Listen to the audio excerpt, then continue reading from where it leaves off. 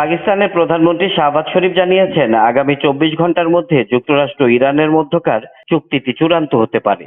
13 June সামাজিক যোগাযোগ মাধ্যম এক্সে দেয়া এক পোস্টে তিনি তথ্য জানান।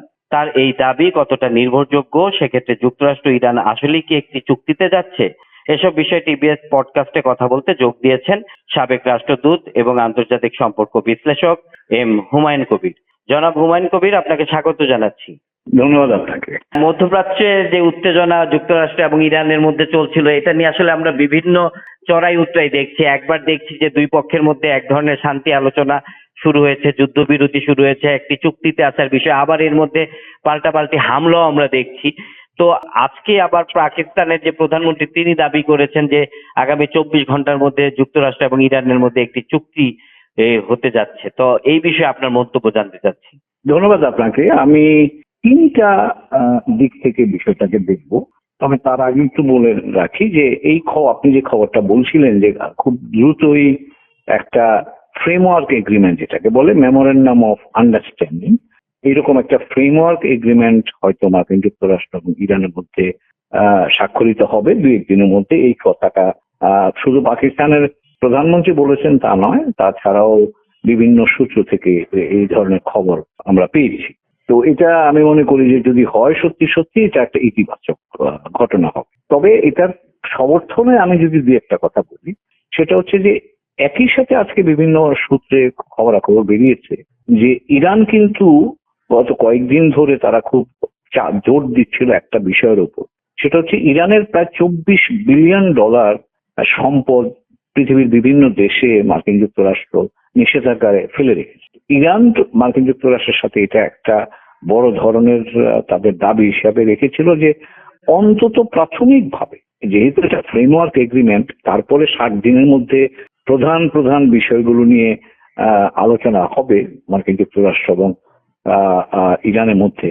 তারা বলছিল যে ফ্রেমওয়ার্ক এগ্রিমেন্টটা হলে মার্কিন যুক্তরাষ্ট্র যে সদিচ্ছা দেখাচ্ছে তার একটা নিদর্শন হিসাবে ইরান হরমুজ প্রণালী খুলে দেবে।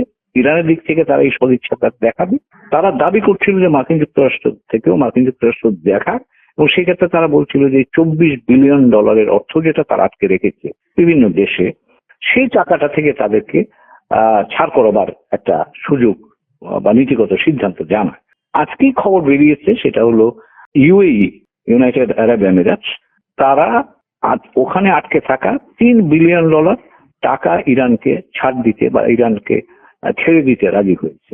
এবং এইরকম আরো একটা খবর আমরা দেখছি, সেটা হচ্ছে যে মার্কিন যুক্তরাষ্ট্র তার সহযোগী বন্ধুরা যারা আছে, যাদের ওখানে এই ইরানের টাকা আটকে আছে, তাদের মাধ্যমে ইরানকে প্রাথমিকভাবে কিছু টাকা, $3 বিলিয়ন $12 বিলিয়ন, যাই হোক সেটা অ্যামাউন্ট এখনো নির্ধারিত হয়নি, আলোচনা চলছে, এই টাকাটা ছাড়বে। যদি এটা দেয় তাহলে ইরানকে গুরুত্বপূর্ণ এই কারণে যে ইরানের যুদ্ধের ফলে যে ক্ষতিগ্রস্তটা হয়েছে, সেই ক্ষতিগ্রস্ত বা রিকনস্ট্রাকশন ওয়ার্কের জন্য ইরানের হাতে এই মুহূর্তে কিছু ক্যাশ দরকার। সেই ক্যাশটা যদি ইরান পেয়ে যায় তাহলে এটা তার জন্য একটা ইনসেন্টিভ হবে। আর মার্কিন যুক্তরাষ্ট্রের জন্য ইনসেন্টিভ হচ্ছে হরমুজ প্রণালী যদি খুলে যায়। ইরান অবশ্যই এখানে বলে রাখছে যে এটা নিয়ন্ত্রণ আমাদের হাতে থাকবে। সে ব্যাপারে এখনো চূড়ান্ত আলোচনা হয়নি বা চূড়ান্ত সিদ্ধান্ত হয়নি। হরমুজ প্রণালী খুলে গেলে বাজারে তেলের দাম কমে আসবে, সাপ্লাই ডিসরাপশন যেটা হয়েছে সেটা আবার হয়তো মেরামত হবে, এই প্রত্যাশায়। এবং এতে করে মার্কিন যুক্তরাষ্ট্রের প্রেসিডেন্ট ট্রাম্পের অভ্যন্তরীণ ভাবে তার রাজনৈতিক অবস্থানটা খানিকটা আমি বলবো যে একটু সহজতর হবে। এই বিবেচনাতেই আমার ধারণা ইরান এবং মার্কিন যুক্তরাষ্ট্র পরস্পর চাপের মুখে, এবং অন্যদিকে গালফের যে দেশগুলো আছে, কাতার বলুন, কুয়েত বলুন, বাহরাইন বলুন, সৌদি আরব বলুন, তারা সকলেই কিন্তু প্রেসিডেন্ট ট্রাম্পের উপর চাপ দিয়ে যাচ্ছে যাতে করে মার্কিন যুক্তরাষ্ট্র ইরানের উপর আবার সামরিক আক্রমণ না চালায়। এবং দুদিন আগে আপনি মনে করতে পারেন প্রেসিডেন্ট ট্রাম্প কিন্তু বলেছিল গত বৃহস্পতিবার রাতে মার্কিন যুক্তরাষ্ট্র আবার ইরানের উপর সামরিক আক্রমণ চালাবে, কিন্তু শেষ মুহূর্তে তিনি পিছিয়ে গেছেন। তার কারণ এই গালফ কান্ট্রি যারা যেগুলো আছে তারা প্রেসিডেন্ট ট্রাম্পকে বুঝিয়েছে যে এই মুহূর্তে সামরিক আক্রমণে গেলে আমরা বিপদগ্রস্ত হব। কারণ আমরা লক্ষ্য করেছি 2 দিন আগেই যে জর্ডান, বাহরাইন এবং আরো একটা দেশে ইরান কিন্তু পাল্টা আক্রমণ চালিয়েছে। তো তারা এই দুশ্চিন্তায় ছিল যে যদি মার্কিন যুক্তরাষ্ট্র আবার ইরানের উপর আক্রমণ করে তাহলে ইরান পাল্টা আক্রমণ আমাদের উপর করবে। কাজে সেই ক্ষেত্রে তারাও আগ বাড়িয়ে বলবো সক্রিয়ভাবে মার্কিন যুক্তরাষ্ট্রকে এটা বুঝিয়েছে যে এখন আলোচনার মাধ্যমে সমাধান দিকে যাওয়া উচিত, এবং যে কারণে প্রেসিডেন্ট ট্রাম্প গত বৃহস্পতিবারে তার প্রতিশ্রুত আক্রমণটা করেননি। তো কাজেই এই বিষয়গুলোকে যদি আমরা একসাথে রাখি তাহলে এই ধারণাটা যে বাজারে যে চিন্তাটা বা যে আলাপটা হচ্ছে সেটাকে বাস্তবের কাছাকাছি বলেই এখনো পর্যন্ত মনে হয়। তবে ইরান এবং মার্কিন যুক্তরাষ্ট্রের মধ্যে যে ধরনের অবিশ্বাস, সেই প্রেক্ষাপটে আমরা সতর্কভাবেই আশাবাদী। সেক্ষেত্রে আপনি বলছেন যে পাকিস্তানের যে প্রধানমন্ত্রী যে দাবিটি করেছেন সেটা অনেকটাই নির্ভরযোগ্য এবং আসলে দুই দেশের মধ্যে একটি মেমোরেন্ডাম বা মানে সমঝোতা স্মারক হতে পারে প্রাথমিক পর্যায়ে, এবং সেখানে হরমুজ প্রণালী ইরান ছেড়ে দেবে এবং যুক্তরাষ্ট্র ইরানের যে আটককৃত অর্থ বা বাজেয়াপ্ত যে অর্থ সেগুলো ছাড় করবে। তো সেটা যদি সামনে চুক্তির দিকে যায় সেক্ষেত্রে আর কি কি শর্ত আসতে পারে বলে আপনার ধারণা? মার্কিন যুক্তরাষ্ট্র তো পরিষ্কার বলে দিয়েছে ট্রাম্প প্রশাসন যে ইরান জিরো ইউরেনিয়াম এনরিচমেন্ট, অর্থাৎ ইরান তার পারমাণবিক প্রকল্প থেকে সরে আসবে। এটা তার প্রস্তাবনা, যেটা ইসরায়েলও সেই প্রস্তাবনাকে সমর্থন করে, এবং ইসরায়েল সম্ভব হলে মার্কিন যুক্তরাষ্ট্রের মাধ্যমে এটা ধ্বংস করতে তারা আগ্রহী। তো কাজেই এই দিক থেকে শক্ত অবস্থানে আছে প্রেসিডেন্ট ট্রাম্প এবং ইসরায়েল যে ইরান কোনো ধরনের পারমাণবিক কাজে যুক্ত থাকতে পারবে না। দ্বিতীয় যে জায়গাটা হবে, ইরান যেটা চাচ্ছে সেটা হচ্ছে যে এক হচ্ছে তার বিরুদ্ধে যে স্যাংশনস গুলো আছে, অনেকগুলো স্যাংশনস আছে তার বিরুদ্ধে, মার্কিন যুক্তরাষ্ট্র, জাতিসংঘ। ইরান বলছে তোমার আমার এই স্যাংশন গুলো তুলে নিতে হবে। সো একদিকে ইরানের দিক থেকে তারা স্যাংশন উঠিয়ে নিতে চাচ্ছে, এই যুদ্ধের ফলে যে ক্ষতিগ্রস্ত হয়েছে তার জন্য তারা রিপারেশনস বা ক্ষতিগ্রস্ত তার হওয়ার কারণে তাদেরকে যে মার্কিন যুক্তরাষ্ট্রের কাছ থেকে যে পাওনাটা তারা দাবি করছে সেটা প্রায় $300 বিলিয়ন মতো একটা সংখ্যা তারা নির্ধারণ করেছে, এবং ভবিষ্যতে ইরান আক্রমণ করবে না মার্কিন যুক্তরাষ্ট্র এবং ইসরায়েল, এই গ্যারান্টিটাও তারা। সাথে সাথে লেবাননেও ইসরায়েল হিজবুল্লাহর উপর আক্রমণ বন্ধ করবে এই প্রতিশ্রুতিও চাচ্ছে।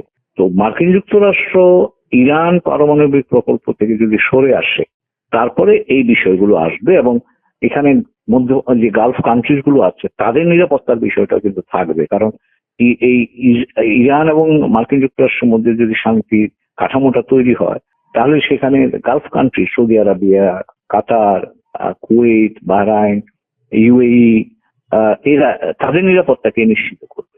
তো সেই ক্ষেত্রেও আবার এখানে ইরান তাদের নিরাপত্তা কিভাবে দিবে সেই বিষয়টাও আসবে।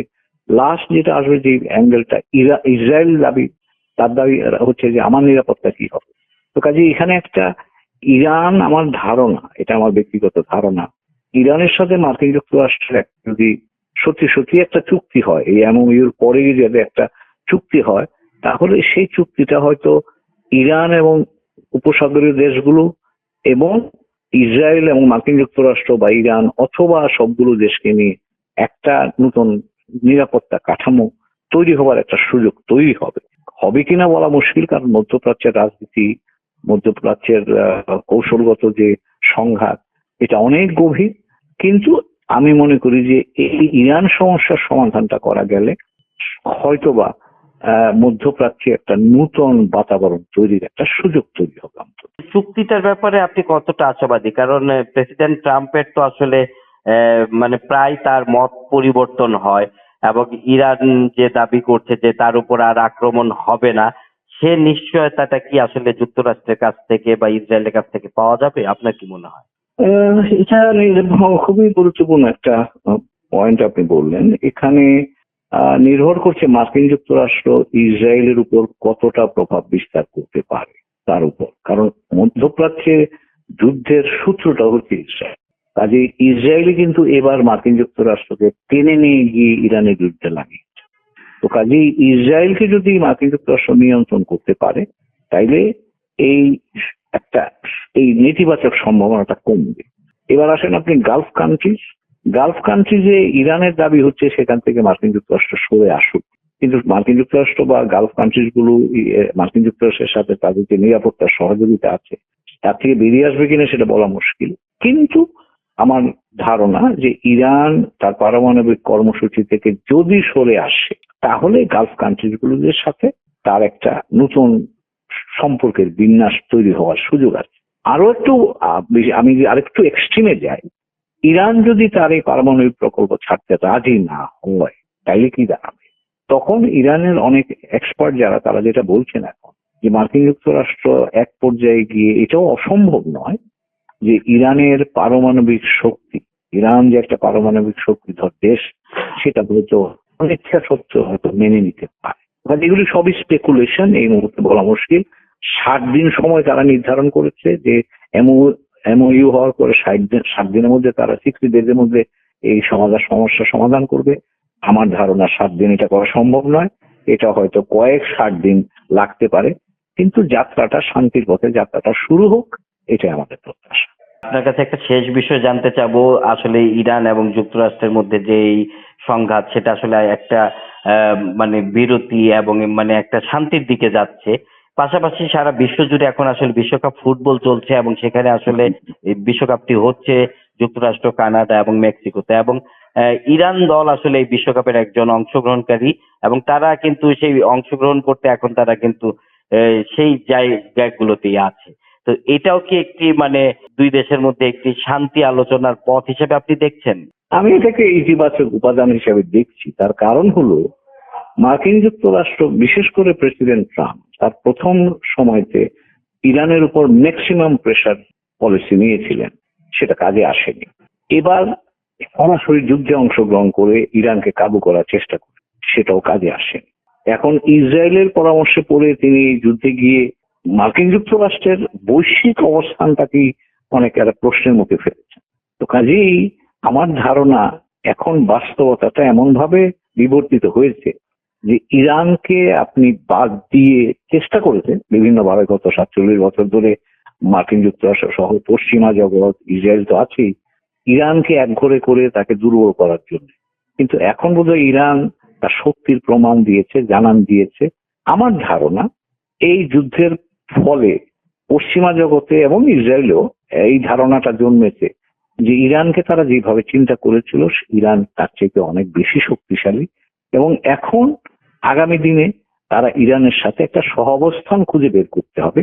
তাকে পরাভূত করে ইরানকে আপনি ক্ষতিগ্রস্ত করবেন, এই ধারণাটা বোধহয় এখন আর কার্যকর হবে বলে মনে হয় না আমার। জি, আপনাকে অসংখ্য ধন্যবাদ আমাদেরকে সময় দেওয়ার জন্য।